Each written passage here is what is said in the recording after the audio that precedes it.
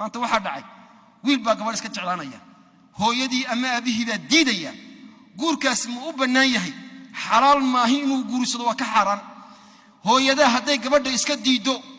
waa diidi guurka ma guursanaysid kun jacayl filin hindiya matala doonto xataa ma socoto hadaad guursato caaqil waalidiin baa tahay aabaha haduu gabadha diido wuxuu doon ha ku diido gardaraha ku diida xataa ma guursanaysid laana gabadhii ugu dambaysan ma leesh inaad na guursato waa mubah waa xalaal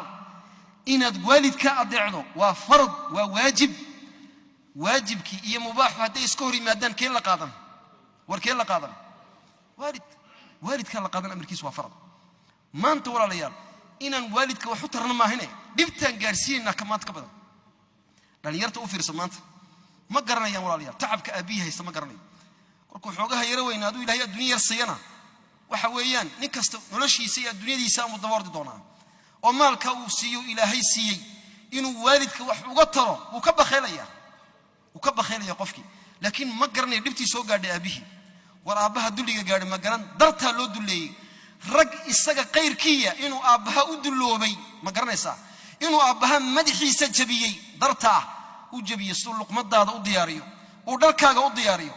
durayga iyo xumadda iyo xanuunka ku dhacay dawadaada u soo iibiyo tacliintaada hamigu ka fikirayay aabaha inuu xanuun qaaday ma ogtahay inuu macaan qaaday ma ogtahay aabaha inay hooyada dhiikar qaaday ma ogtahay sababtaada ay qaaday gabadhay ma ogtaado ma ogid waa iska weynaato waxa ma garanaysa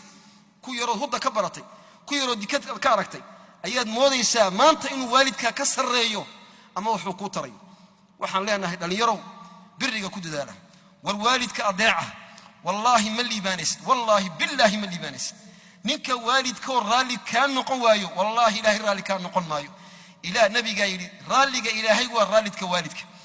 arada ilaahayna waa arada waalidka waliga soon waliga tuko waliga xashka tag hooyada iyo aabaha godka haday galaan iyagoo raali ka ahayn ma liibaanaysid fi dunya wal aakhirah isilali intay joogan ka faa'iideyso ducada ka reebo nabigu wuxuu ku tilmaamay sallallahu alayhi wasallam labada waalid waa laba albaab jannada ama ka gal ama iska xid aday ku taala kulka ninkay hooyadii nooshow albaab jannada haysata ninku aabihi nool yahow albaab jannada haysata ninkii labadiiba ilaahay u daayow alxamdulillah dhamaanta nicmad weyn ayuu ilaahay ku siiyay la ilaasho